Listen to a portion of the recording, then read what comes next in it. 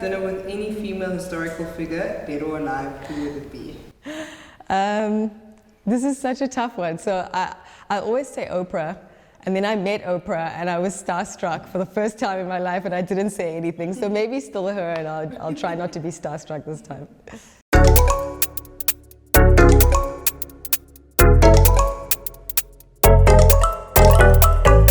You know, I've always believed in finding opportunities in problems and challenges you have. And with SweepSouth, the idea from it came from needing help at home and working through different business ideas and kind of trying to help at home with our little girl who was 4 at the time, as well as, you know, leaving a corporate career and trying to think through what we were going to do next, and pretty much being left high and dry.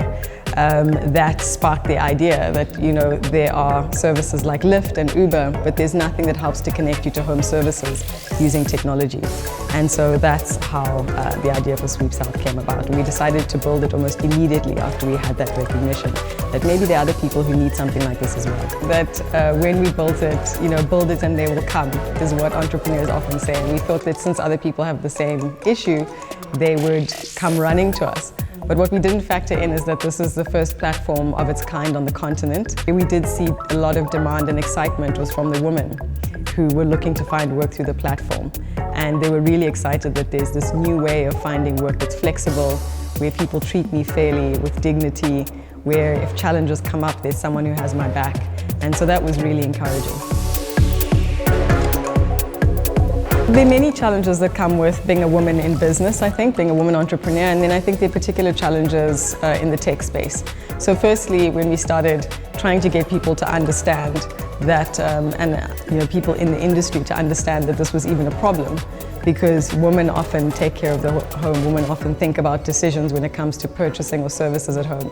And so speaking to men, whether it was other founders or investors, and having them understand how inconvenient it can be when you can't find trusted help was a hurdle. So not having proper representation and people who have the same life experiences as you can be quite difficult. As you know, 2% of venture capital funding globally goes to women. Less than 1% goes to Black women. I'm probably one of the top 5 well-funded Black women tech entrepreneurs on the continent, and that has to change.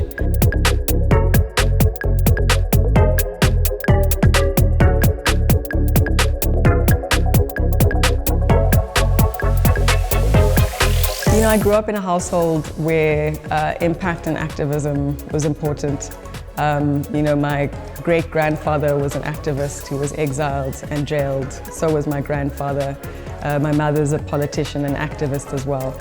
And so I've grown up around people who are not afraid to speak up and who view their life as being about service and about purpose.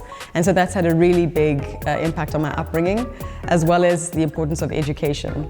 And so wanting to study science, I'd sort of thought about, you know, do I become a lawyer like a lot of my family, or do I sort of nurture this curiosity, which is this other side of me, and go into science where I can ask questions about the world, I can ask questions about human beings, about why we are the way that we are. And so I studied genetics.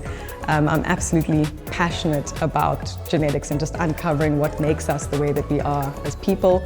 And when things go wrong, how do we fix those things? So if we have genetic diseases, cancer, I studied blindness as part of my doctoral thesis. You know, can we fix some of those things, those ills that trouble people from a health point of view?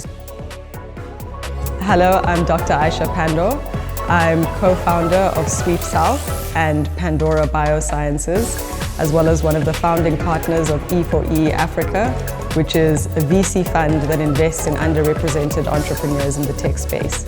I'm a mom, a tech entrepreneur, a proud South African, and I'm a power woman.